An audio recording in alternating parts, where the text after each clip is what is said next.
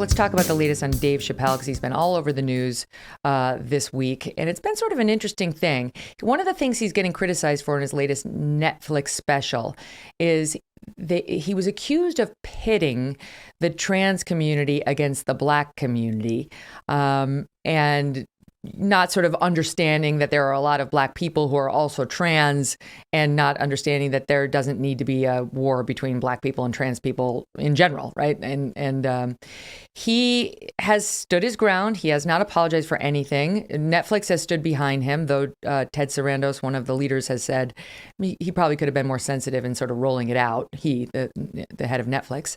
And Dave Chappelle has now come out and said, is this on? Yeah, actually, we have this on camera. So let's listen. Here's what he's now saying. Watch. Even though the media frames this that it's me versus that community, that is not what it is. Do not blame the LGBTQ community for any of this shit. This has nothing to do with them. It's about corporate interests and what I can say and what I cannot say.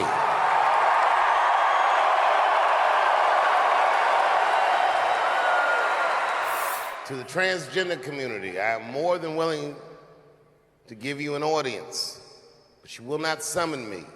I am not bending to anybody's demands.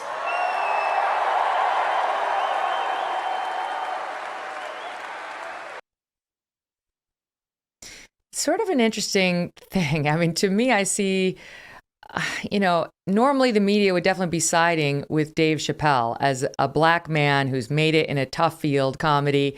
He's killing it. 20 million bucks a special for Netflix.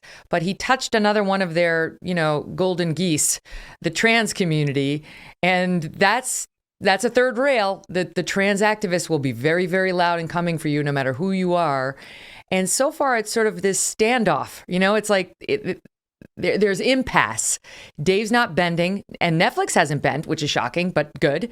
And the trans community's not bending. They had their walkout. They're still on it. They're still pushing. Although Dave does go on to say that his movie that he had coming out this summer with a bunch of his comedy specials in it, I think, has been canceled by virtually everyone. But what do you make of this whole controversy, John?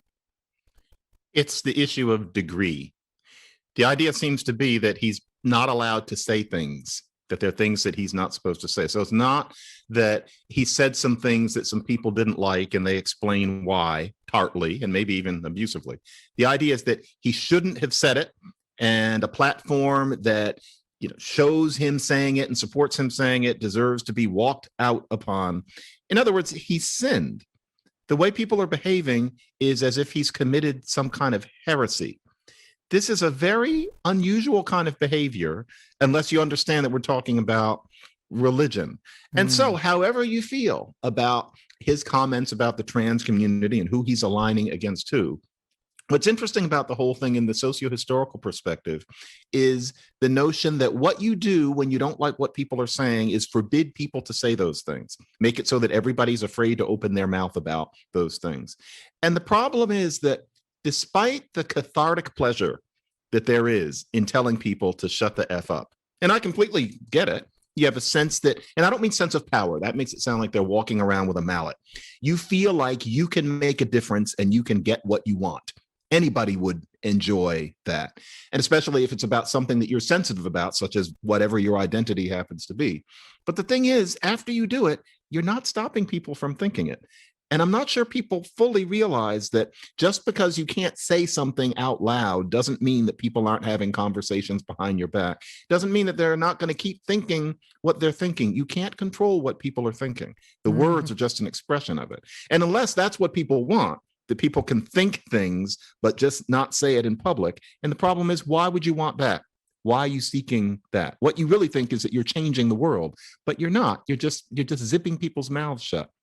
We encourage that too much in this culture. We look at that sort of thing being done in the deep past, and we think of it as quaint, that you're not allowed to say certain things, that it's heretical.